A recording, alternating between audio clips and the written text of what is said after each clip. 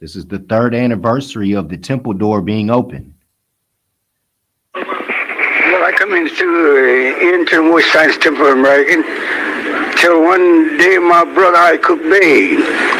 He said, I asked him concerning about this prophet, and he told me there's a man down there he's on the State Street, was teaching at the time, said we are not colored people or Negroes. And he said, we are Asiatics. I said, that's so. Then I said, I go with you to the temple then, at 3603 Indiana Avenue. Then I go the first night, that due in 1925. And I enter into the 3603 Indiana Avenue. Then I have a chance to see the prophet. Then I heard of him through my brother. When he come from the back part of the building, come to the front, we all feasted, they stood up. And when I looked at him, I said, within myself, I said, I never seen a man look like this man before. And he was the prophet Joel. Then therefore, after that later, I come in, first night I came, I got my identification card. Then after that, I stayed a good while, then I got married. And therefore, then I lived on the second floor there, and he was on the first floor. And one night then, really short, the prophet came in. There was a sister named Sister Long Bay. She had a helmet. She breathed from her mouth and her nose.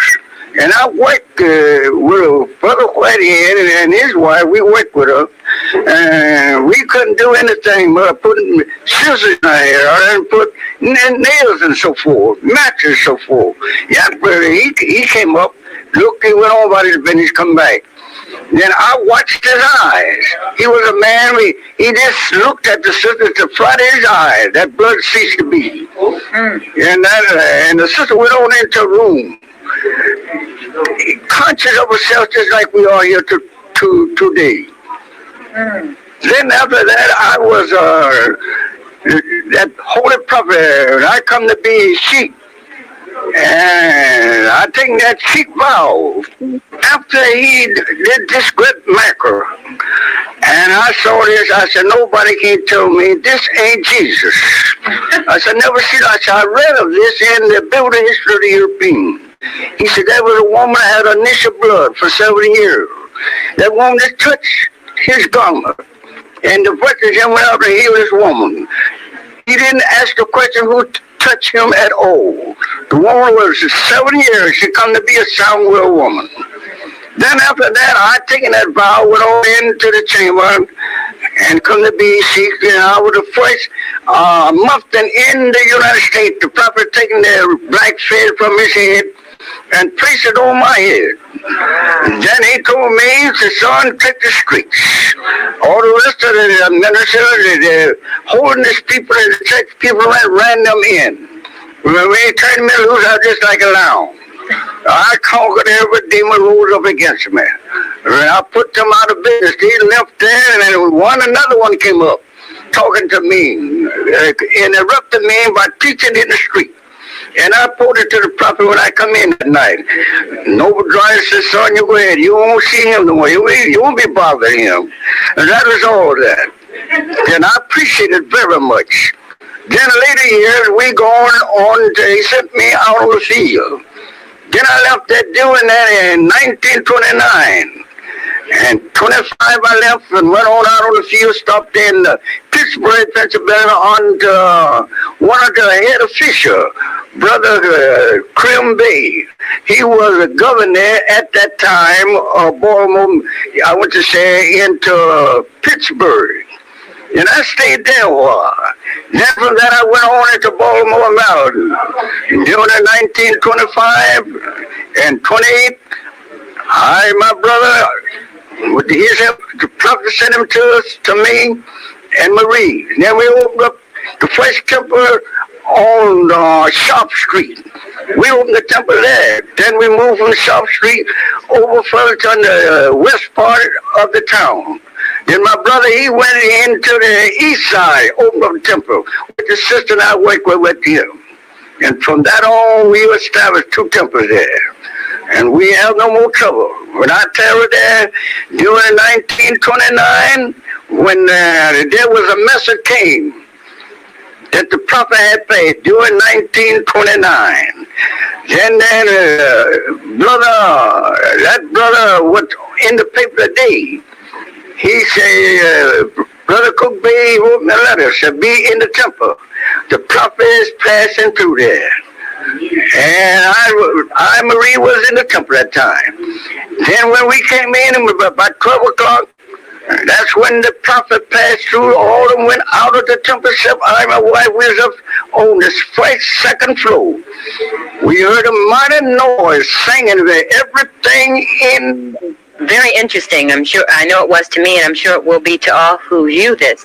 Brother Ikupe, it sounds like you were the inspiration behind all of this. Right. Can you tell us how you happened to hear about the Moorish Temple of America? I met as follows, 1925, here in Chicago on 6th Street, 33rd and State. And some of his followers was out on the street teaching. Telling our people we are not Negroes, black, colored folk, Ethiopian. And said, Allah have blessed us and sent us a holy prophet to teach us our national and divine creed. And so he's now at 3603 Indiana Avenue, the holy prophet. And they told me, said, now when this meeting over, you all who want to come see him, come with us. And you'll see Jesus, who you've been wanting to see. And I said, I sure want to see Jesus. I'm going with him. So I went on with him at 3603 Indiana and the Holy Prophet. And they told me, said, now when this meeting over, you all who want to come see him, come with us. And you'll see Jesus, who you've been wanting to see. And I said, I sure want to see Jesus. I'm going with him. So I went on with him at 3603 Indiana, and we had the meeting. And 9:30, the prophet came out. And he raised up 10 fingers and sat down. I looked at him. I said, I never seen a man like him before. And so I stayed there in the meeting that night, and I heard the teaching. And he told us, said, children, I'm the prophet that the Father sent me. He said, Brother Marcus got over my forerunner, and he warned y'all and told you Pat me to come in properly. He said, I'm he. And so I was perfectly satisfied when I heard the teaching that night. And the next night I came back, I got my card. It was 1925. And so 1928, as my brother said, he was in Baltimore. The prophet said, son, I want you to go to Baltimore and help your brother. And so as soon as you all get a good core of members, I will come out and set you aside, give you a charter, and you will have a charter temple, and you can begin to sound the trumpet and wake up our people. So I took him at his word. I went, left in April 1928, and went to Baltimore. And so we stayed there 3 years, 9 months. And we set aside 2 temples there in Baltimore. I was on the east side, my brother was on the south side. He had temple number 13, I had temple 22. So I got started with one family, went in their home. The whole family joined. Wow. My secretary, the chairman, treasurer, everyone, they all fell in. And so we were up there and we set up 2 nice temples there. And we stirred that city, Baltimore. And so they carried on until a conflict come up. And so we have some members here now from Baltimore. And they're going to continue on, and they're going to reset the temple and going to start it back up. and they come to be members here in the Grand Body here in Chicago. Either one of you long to realize that Prophet Noble Ali was a divine prophet. That's right. What kinds of predictions did he make? And if I'm not using the correct word, please correct me, but what kinds of things did he say would happen that in your life so far you've seen happen? Well, he told us, if these people repent and reform, he said this will be one of the greatest prosperous government on the face of the earth. Mm-hmm. He said, but if you fail to repent, the worst is yet to come upon them. He says, earthquake, disease, plague, famine, everything gonna come upon you. So today we see destruction out through the entire world. Great wind, tornado, windstorm. And there is no peace among the nation of the earth. By the Holy Prophet, he told us, I'm a universe prophet. The great wind, tornado, windstorm. And there is no peace among the nation of the earth. By the Holy Prophet, he told us, I'm a universe prophet. The great wind, tornado, windstorm. And there is no peace among the nation of the earth. By the Holy Prophet, he told us, I'm a universe prophet for all nations. Said, I'm a universe prophet, children. Said, I didn't come to stay right here with y'all. He said, I got to go. I'm needed. And by the Holy Prophet, he told us, I'm a universe prophet for all nations. Said, I'm a universe prophet, children. Said, I didn't come to stay right here with y'all. He said, I got to go. I'm needed. And in Africa and Europe and all over. And so he told us that if you don't believe I'm a true prophet, watch my prophesy. You will see that come to pass what I prophesied. Me for the very work's sake, have anyone ever come and brought y'all what I brought you? He said, I got what you need and giving you what you need. He told us that nationality is the foundation of mankind. It's about a nationality and decency ain't recognized by the government which you live in nature. Prophets. Me for the very work's sake, have anyone ever come and brought y'all what I brought you? He said, I got what you need and giving you what you need. He told us that nationality is the foundation of mankind. It's about a nationality and decency ain't recognized by the government which you live in the nation of the earth. And so I appeal to you, come. I come for the little children around your knees, the unborn generation. Say, I, the prophet, come from. He said, the day will come. You will be able to teach your children and prepare them. They'll come up knowing themselves, know their nationality and descent. And said, the greatest sin it is upon you that you turn away from your creed, from your forefather. He said, they will move. And say, no one can change man from the sin and nature of his forefather. You, his power, will stand beyond the great universe creator, Allah himself. So y'all are moles. So you see up your ancient forefather. And he's told us that what your ancient forefather was, you are today without contradiction. There is no one that is able to change man from the sin and nature of his forefather. You, his power, will stand beyond the great universe creator, Allah himself. And so you can't unchange a man, you can call him whatever you will or may. And say, when they brought our forefathers here, they were mold, wearing this what I'm putting on y'all, fez and turban. And so they landed them there in Jamestown, Virginia, put them on the block and sold them, made slaves out of them. And he said, now, I have come for your freedom. He said, I have any seat to the United States government, to the head official. And everything I went for, I got it. And said, they give it to me. Right. See, he told us that.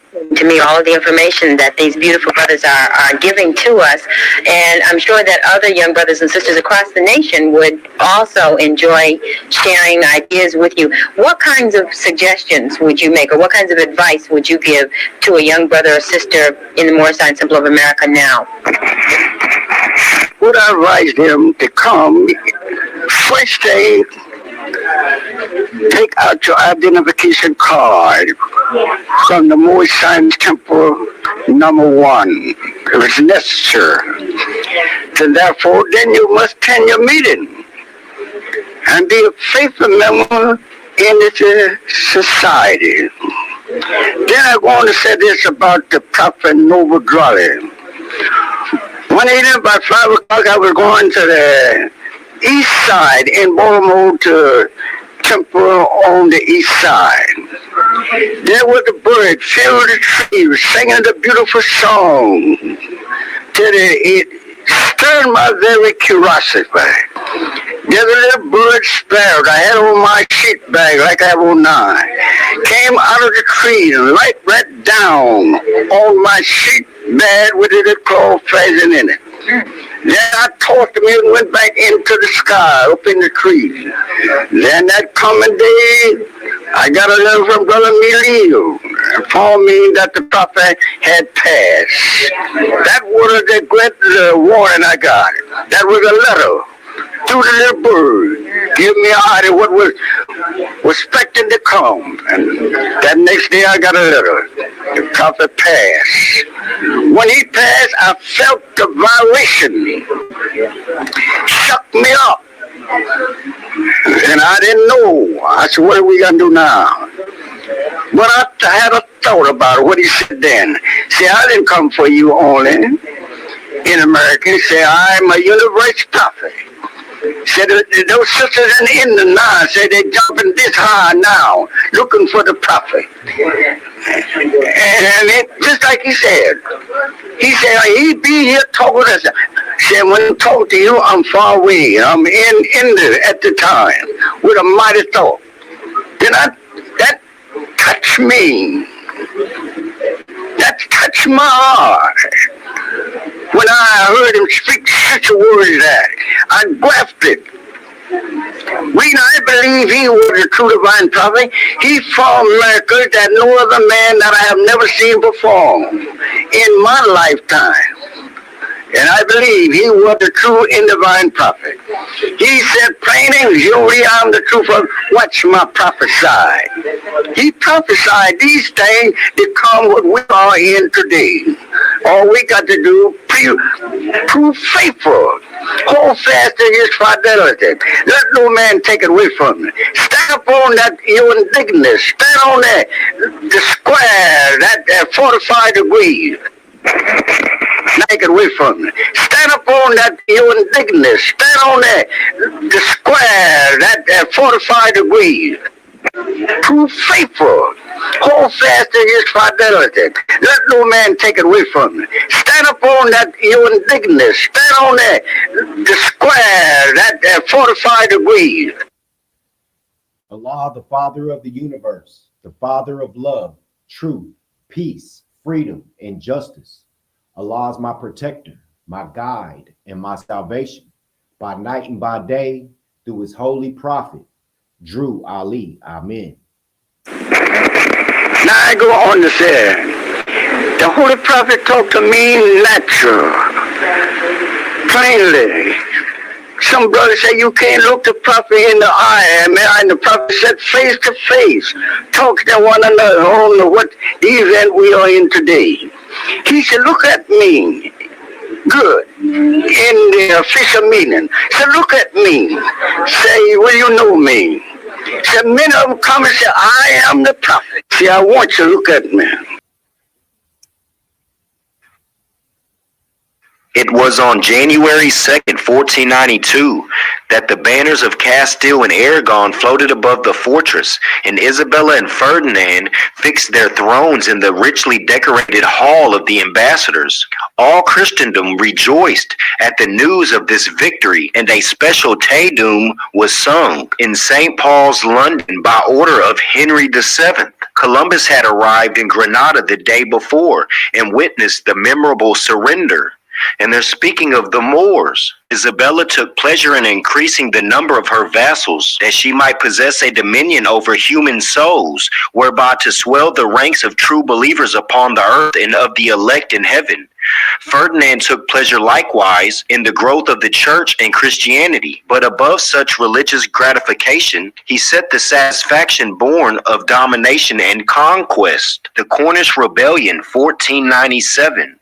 The Cornish Rebellion epitomizes Cornwall's sense of identity and autonomy. and helped to establish the anti-English sentiment that has continued to this very day. The rebellion started on the Lizard Peninsula, and by the time they reached Devon, some 15,000 men were involved. During this time, King Henry was in the north attempting to wage war against Scotland. However, he was forced to retreat due to the danger of rebels posed. He assembled an army of some 25,000 to battle the Cornish rebels. The rebels had picked up support on their march from Cornwall. However, they were never officially organized and lacked both proper leadership and proper arms in comparison to the king's forces. The two sides met at the Battle of Blackheath on 17th, 1497.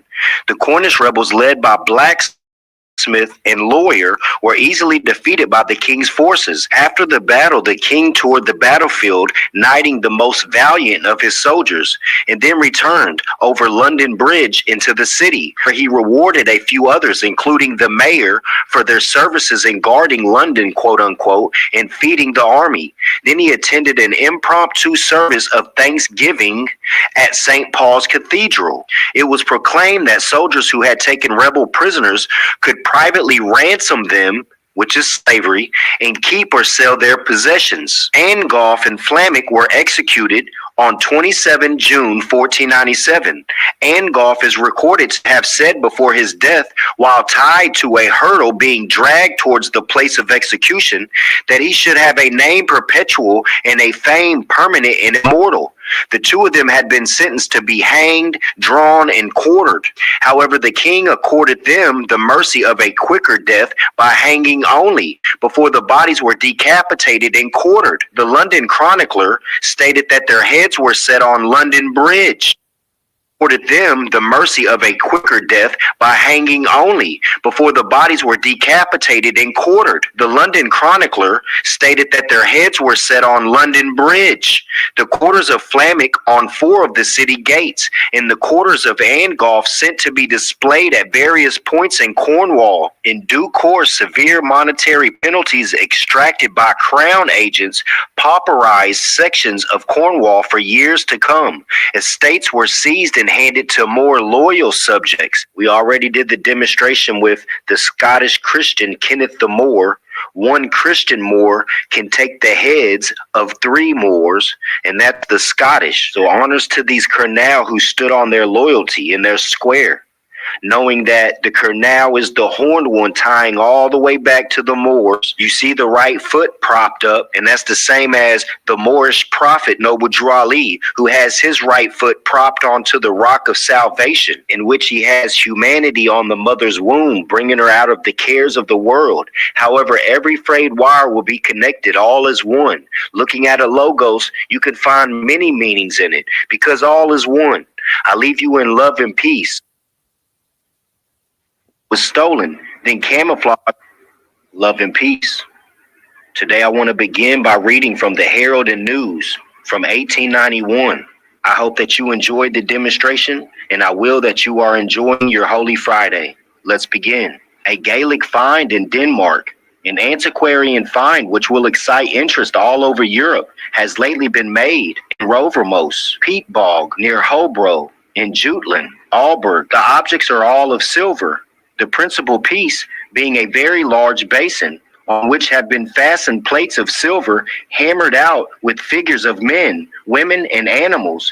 The basin is 26 Danish inches in diameter, but scarcely 8 inches high. 1 or 2 pieces are apparently wanting, but it is hoped they will turn up when the moss is minutely examined. The eye holes of the figures are now empty, but had evidently been filled with colored glass. One of the plates, which is nearly 17 inches long, shows warriors with helmets and other ornaments. One figure is a god with a wheel at his side, and on another are 2 elephants. A third shows a horned god in a sitting position with his legs crossed, Oriental-wise. All these have apparently nothing to do with Northern mythology, as was at first supposed. The whole find has now reached the Danish National Museum, and we see that these pieces belong to the god lore of the Gaelic people. The god with the wheel, for instance, is the Gaelic sun god. The whole is the work of a Gaelic artist at that earlier period when the Roman and Gaelic people first came in contact, allowing time for these things to wander so far north. The date would seem to be as regards Denmark, the 1st century before Christ. Other things belonging to this Gaelic group have been found previously in this country. The total weight of precious metal hitherto exhumed is about 20 Danish pounds. Academy. Now, we've already went over the study about who the horn god was with the Anu wheel, which is the Cornunos, and that belongs to the Celtic Cornish. So today we're going to unveil what has been hidden, misnamed, and buried, the truth of the Cornish people, not as a side culture of Britain, but as the true origin of what the world now falsely calls Gaelic, Irish, Scottish. We will journey from the bogs of Denmark to the Stone of Destiny, from the caves of the Caucasus and the Hallstatt to the throne of England, from St. Patrick's serpent to the cutting of Moorish heads in celebration.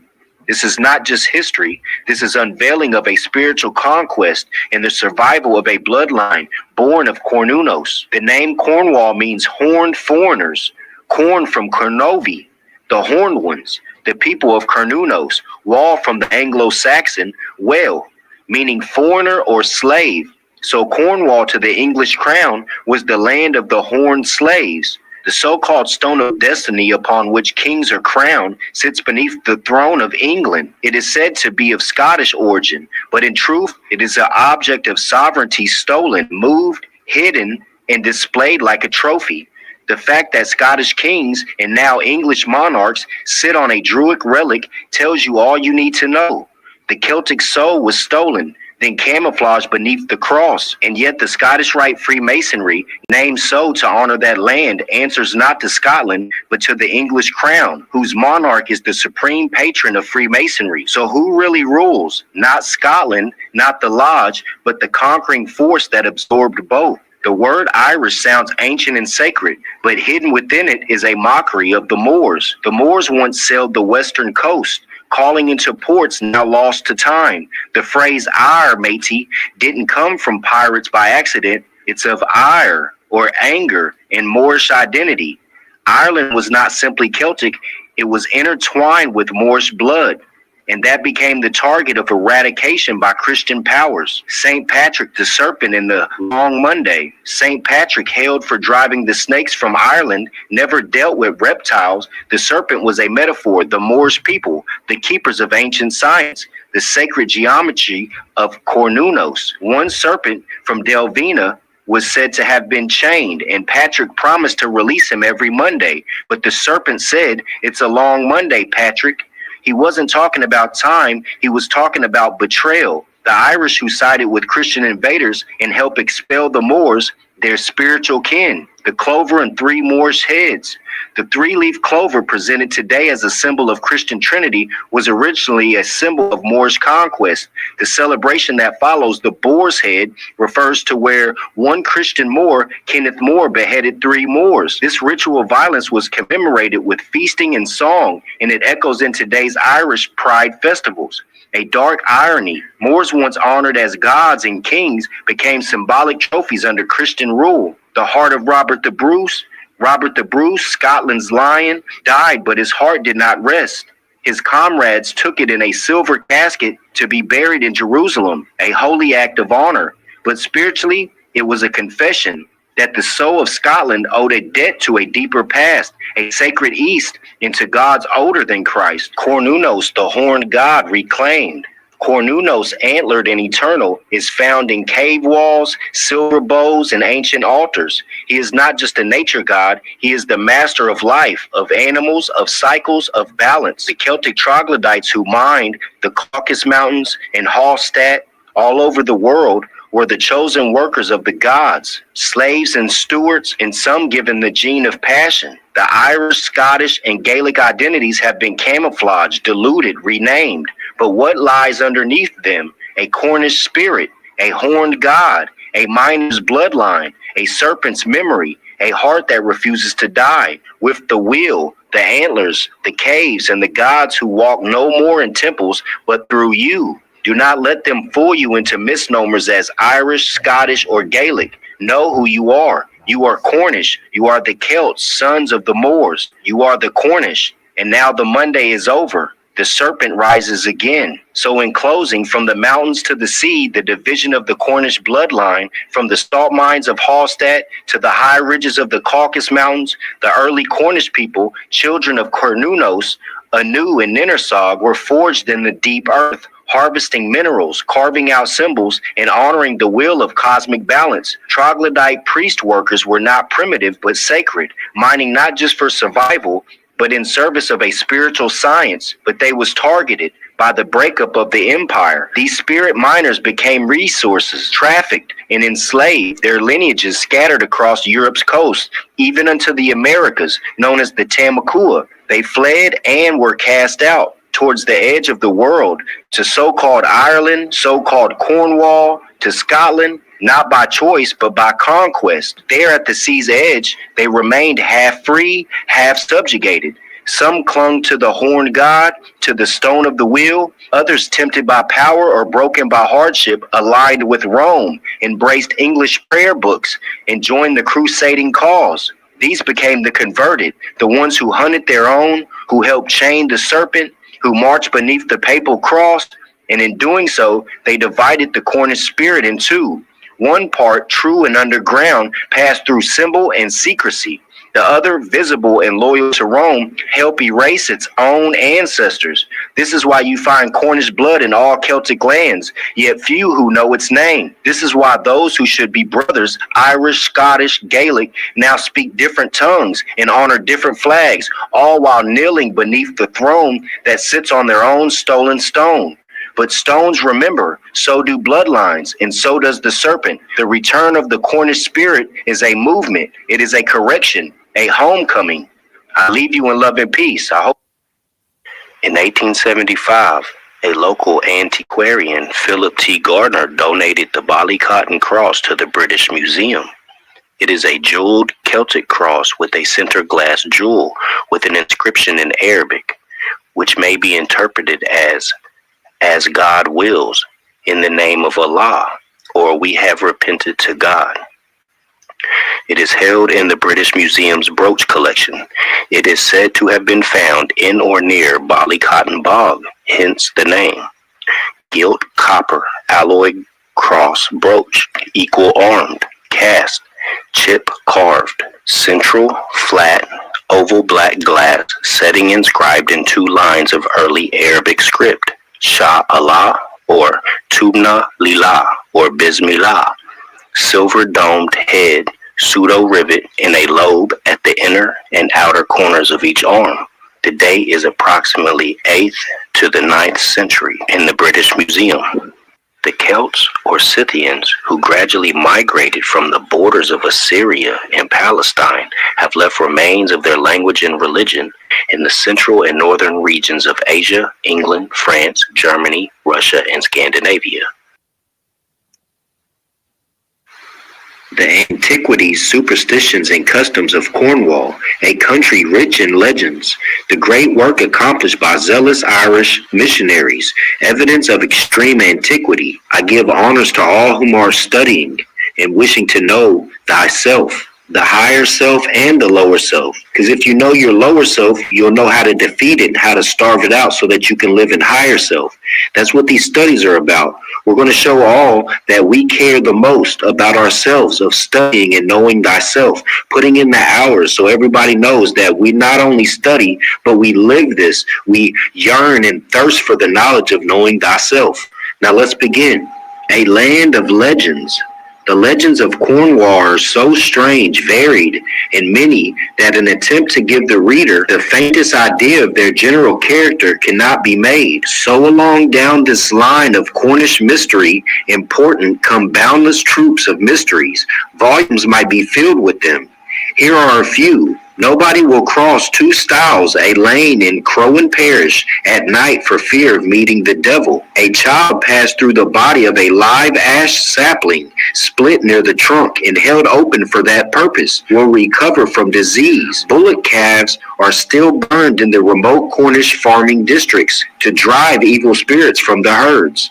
If you will walk around the old abandoned sepulchre, in Crown Churchyard 9 times exactly at midnight, you may meet and make any sort of terms desired with the evil one. There are a score of holy wells still remaining in Cornwall, whose waters possess almost miraculous power. St. Cuthbert's well is sought for the cure of rickets in children who are bathed in it for the first 3 Wednesdays in May. No child ever christened in Rudreth Well has been hanged, but the well of St. Cain is secretly sought by many of the Cornish folk for its extraordinary power of giving to either husband or wife whose first drinks of its water permanent marital mastery. Hence the old lines, if the husband of this gifted well shall drink before his wife, a happy man thenceforth is he, for he shall be master for life. But if the wife shall drink of it first, God help the husband then. Taking off the hat to a magpie wards away bad luck. No miner will permit whistling in a mine, so it offends the knockers, while fishermen would throw a man overboard who would whistle at sea after nightfall. Killing the first butterfly of the season brings good luck. If the limbs of a corpse remains flexible, another member of the deceased family will shortly die. The whistling is also in Moorish customs. Don't even hear a whistle.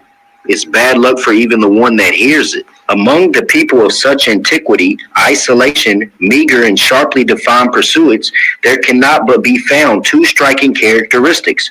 One is their extraordinary loyalty to each other, and the other an obstinate clinging to old and prized customs. The monument to the great Camden in Westminster Abbey will not stand so long as his own famous couplet written 3 centuries since by Trelos Poland, Sierre and Penn. You may know the most of Cornish men. He might have also have added places for 9/10 of the names of Cornish places, as well as of individuals and families contained or still contain these roots in prefixes. Trey, answering to the Saxon ton, means an enclosure. Ross, a heath. Po, a pool. Sierre, a defended place. And Penn, a head.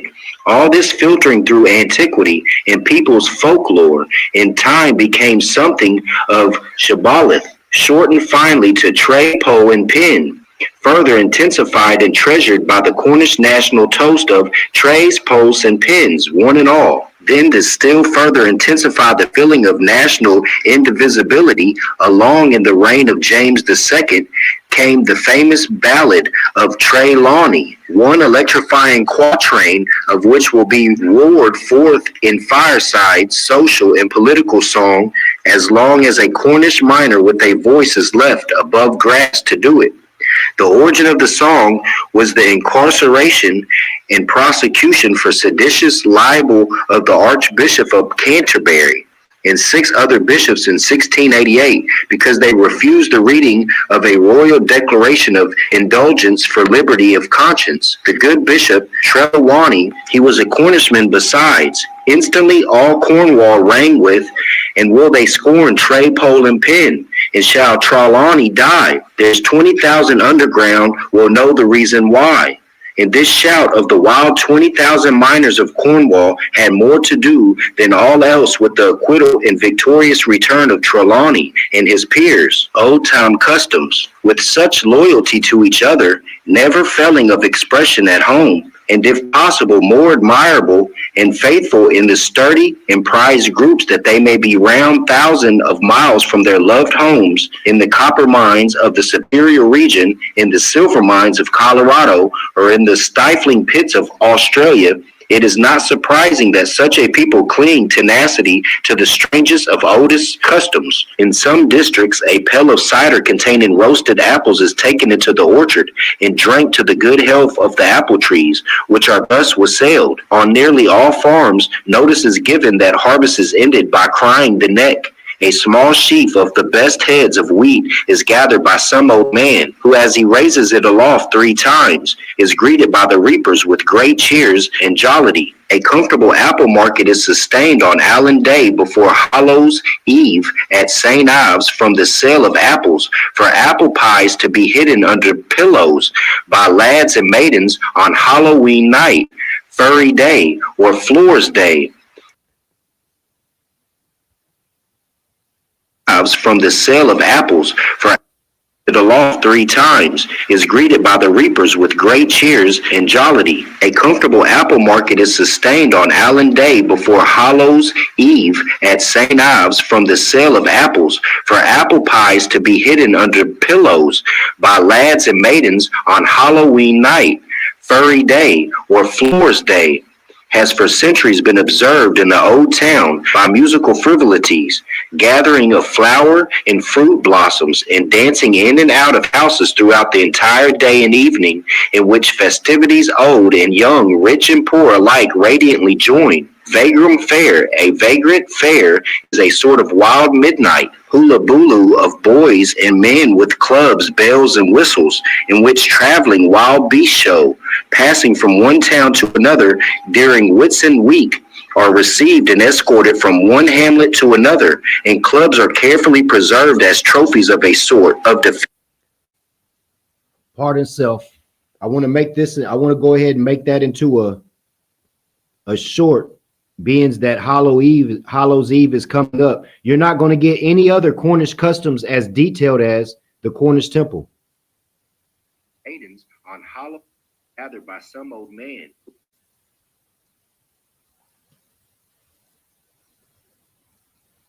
Hallows Eve, there we go. All right, we'll proceed.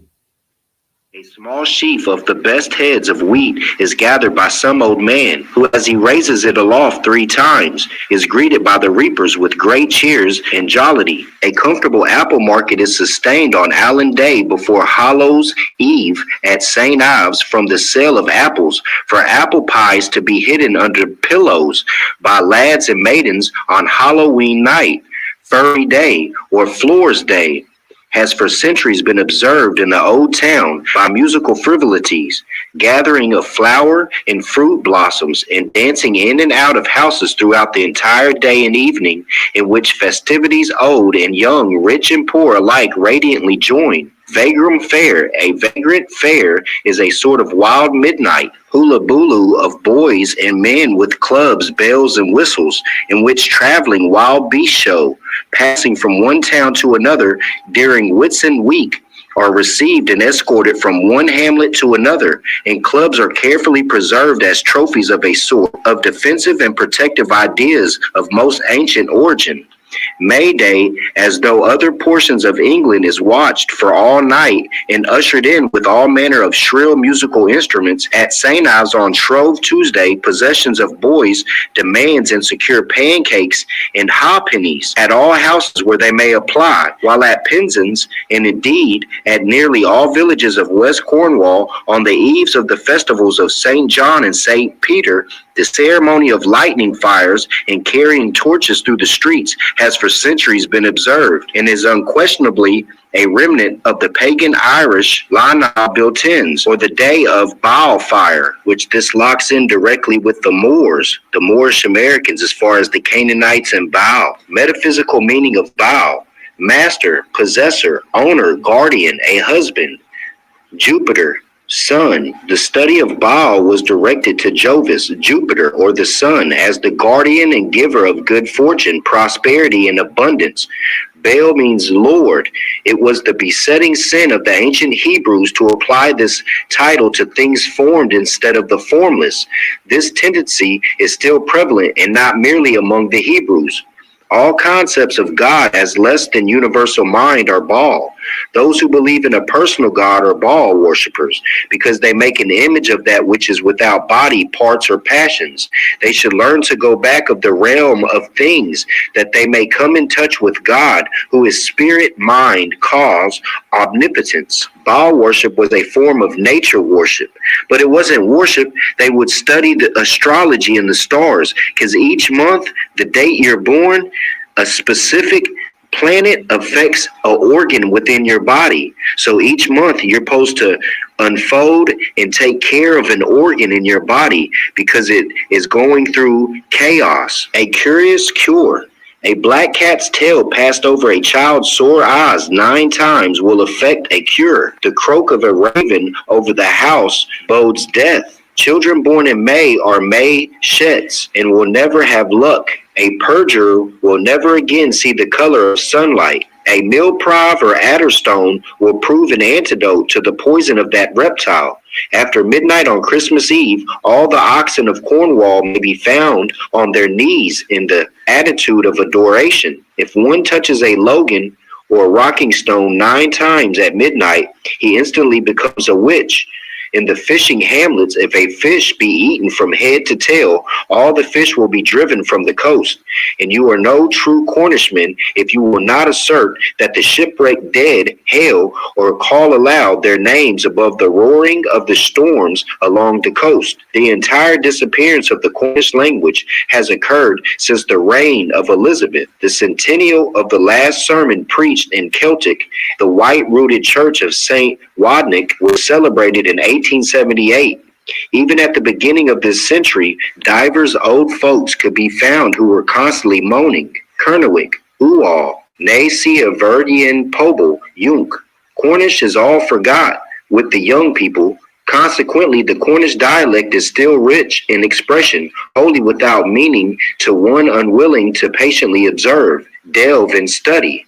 Indeed, delve and study. Cornish fairies may safely be summarized as the small people, the brownies, the spriggans, the bukas, or knockers, and the pixies, piskies, and pigsies. As the latter are variously termed, the first are the souls of the Cornish folk of thousands of years ago, condemned to haunt the earth until they are one by one transitioned into ants, when they will disappear. They are not unfriendly, are shy and demure, and have been known to perform many kindly offices. The brownies are dear, delightful household elves, happy in all good and sorrowing over all evil. Been known to perform many kindly offices. The brownies are dear, delightful household elves, happy in all good and sorrowing over all evil. The schoolmaster is said to be inimical to these gentle Cornish spirits, and they are fast disappearing. The spriggan is held to be the fairy representative of the olden giant. He is rude and sometimes vicious. He haunts the old stone monuments, and if Cornish peasants are to be believed, it is dangerous ground about these haunts when the spriggans return for the periodical debauches, when tons of rocks are still bowed through the air over the beetling crags and across the dreamy moors. The pixie is a joker and mischief maker of the worst sort. He delights in all sorts of mad pranks, but to his credit be it said, like that little green joker of Irish fairy mythology, the leprechaun, his mischief is chiefly extended upon mortals noted for their neighborhood meanness, avarice, and greed. The knockers have their haunts exclusively in the mines. Various theories are advanced as to their origin. They are souls of Phoenicians, like I told you, the Moors, with invisible picks and mallets still sounding or knocking for the best pitches or loads, but woe to the miner who offends them. Now, as far as a Baal again, when you go look at him, you see he has a fez on his head, and we all tie back to the Austrian culture. We was in the mines digging salt for the Moors, and they fed us cherries, and all of the grounds on the outside, they dug it up and found golden circle 7 wheels, and they found even the fez and the cherry within the salt mines because they were so preserved. We have to do with work with the Moors. It's a historical fact. The Moors brought us out of darkness into marvelous light with the 7 liberal arts and much more. Go look at the short that I have up, the Great Library of the Holy Ghost, which held the Moorish manuscripts. So honors to the Moors. I hope you enjoyed the demonstration of the antiquities, superstitions, and customs of Cornwall.